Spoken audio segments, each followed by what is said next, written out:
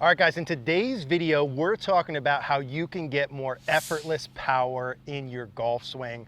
If you want that beautiful tempo, that easy golf swing, we've got just the man with us today, Mr. Grant Horvat to my right. Grant, thanks for being out here, man. Eric, thank you. Appreciate you.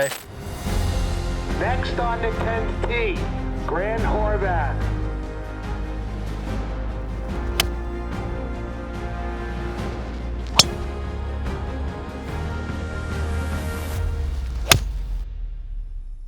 If you haven't seen Grant's videos before, you're gonna really enjoy his golf swing here in a moment. He's got beautiful tempo, beautiful golf swing. If you're here from Grant's channel, appreciate you being here. Grant's gonna share some tips on how you can improve your tempo, get that easy, effortless golf swing. We've got kind of 2 or 3 main tips today to show you, plus a couple feels and drills.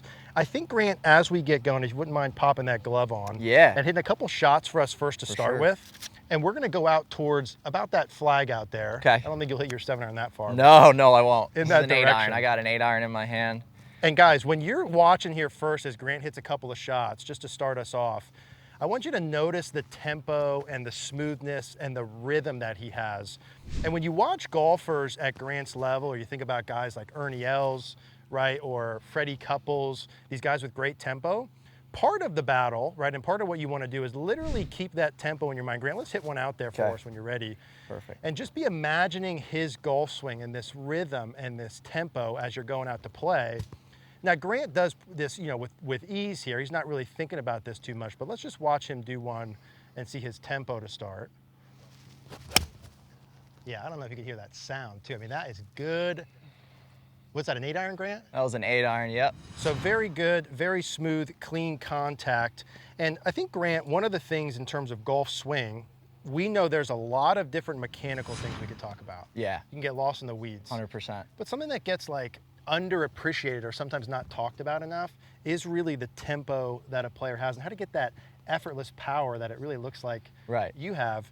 And I've got a couple things to start with, but you mentioned something off camera. One of the main keys for you is really that transition timing and move. Can you talk us through that a little bit? Yeah, so I feel like when I'm over the golf ball, I've always had pretty solid tempo. It was just kind of like in my DNA. I don't really have fast twitch muscles, so it happened naturally. I've never been known to be fast. So I think when I'm over the golf ball, something that helps me have good tempo is the transition. So when I feel like the golf swing is very similar to a dance move, and when you transfer your weight into your right side, I like to feel my first feeling in the downswing is now to plan into my left, and that kind of sets that feeling, that look for a good tempo. When I transition, it kind of drops the club, and like gravity is doing the work at that point, and then from there the body takes over. So it's that second that I feel like gravity is just taking the club down, and then the body takes over.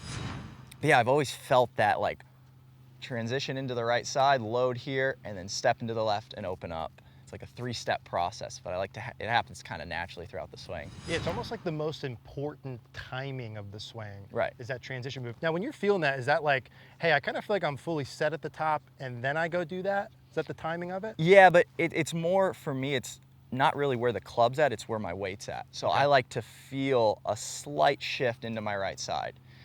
From there, it feels like I now am like loaded to, like any sport you play, baseball, or you're back here and then you transfer into it. And I feel like when I load, I can now plant and go. Yeah. And it's like I'm reacting to the target. I would never like, go this way and then try and fall back this way. Yeah. So it's just like that feeling of loading has always been such a key for me with tempo. I like that. Let's see one more at that, Grant. Same sort of feels there. And I think for you guys watching, the backswing timing being pretty smooth to give Grant time, right, to get loaded on the way back, to feel like he doesn't have to rush to start that downswing. Let's see another good 8-iron here, Grant.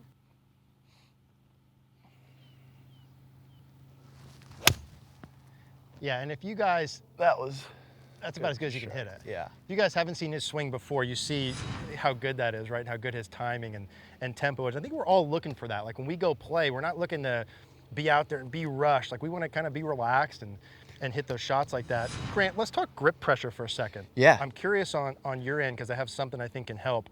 Like when you take your normal setup position and get ready to go, sometimes a tough question to answer, but where do you feel like your grip pressure is at the start? If it was like a scale of 1 to 10 type It's of deal? definitely very loose to start. And I mean, I keep it pretty loose throughout the golf swing, but I feel like when I give it a couple waggles here, I'm kind of releasing any tension in the forearms and the hands. So this waggle feeling just kind of releases everything. And from there, my grip pressure is very light. I would say at a scale of 1 to 10, we're looking at like a 4 or 5. I still want to have, you know, a hold of the club. It's not like a putting stroke, but it's very light. And I feel like that helps with also the start of the golf swing, which can be sometimes the most important for good tempo, is that first couple, the takeaway, the first couple feet can really help set you up for good tempo. Let's do another one here, Grant, if it goes. So key point there too, guys, he mentioned that was really good. It's not just the hand pressure, but also the forearms, right? Like logically, if you want effortless power, you want smooth, you probably want to be on that lighter end of the spectrum. You don't want to be 10 out of 10 with both of those. With the grip, I mean, geez, Grant. Yeah, those are... So like a little bit lighter and looser with the grip pressure and the arms. Like literally when I would be over the ball, that's one of my reminders pre-shot. It's like relax the arms and hands, relax the arms and hands. Grant already mentioned the importance of that transition timing. And I think one other piece for you guys to keep this simple is really focusing on the finish position or where you're getting to. Right. So you'll notice, Grant, let's hit another one there for us, Grant. Notice when he gets through the shot and into his finish position, if he wanted to, he could hold that finish position for a good 2 or 3 seconds with ease. Very smooth, very full finish position, and he does a nice job organically without looking ridiculous, holding it for 10 seconds, right? But having like 2 or 3 second hold at the end.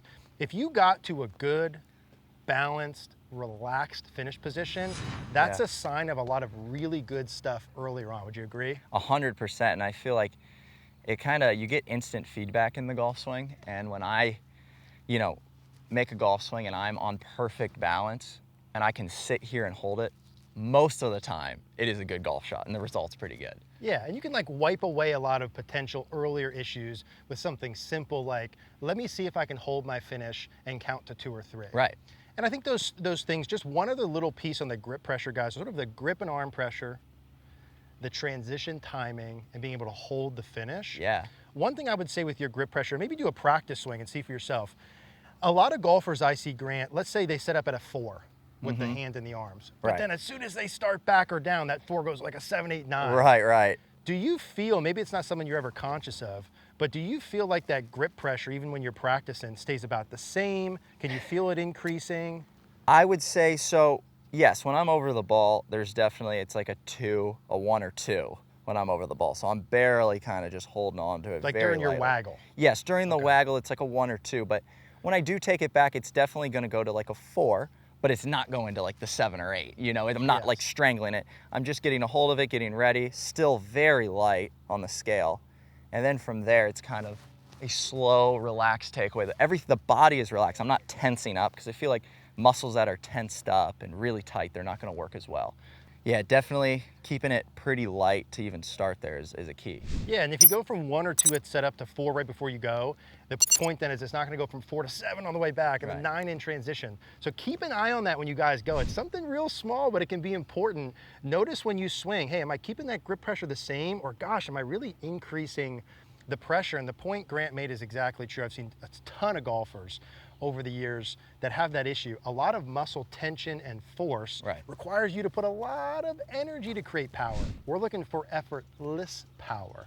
So tension-free, transition move, hold the finish. Grant, I think that's pretty good start for these boys to get started with. Yeah, for sure. I would, you know, even just like what we touched on today, obviously grip pressure, transition, but like you said, I think one of the most important things is holding balance and holding that balanced position, because I just see so many golfers on the range falling over here and they look like this. And like, if you look on tour, you don't really see that too often. Now there are always outliers to everything, but you usually see guys that are sticking their finish. So if they're doing it, I think it's good for everybody out there as well. Yeah, it's a great test to see. Guys, if you haven't checked out Grant's stuff, we're going to put them in the first link in the description down below. Grant's got an awesome channel where he goes and plays unbelievable golf courses. He plays matches with some of the best players in the world. Super fun content. He also has a teaching channel, which is really cool.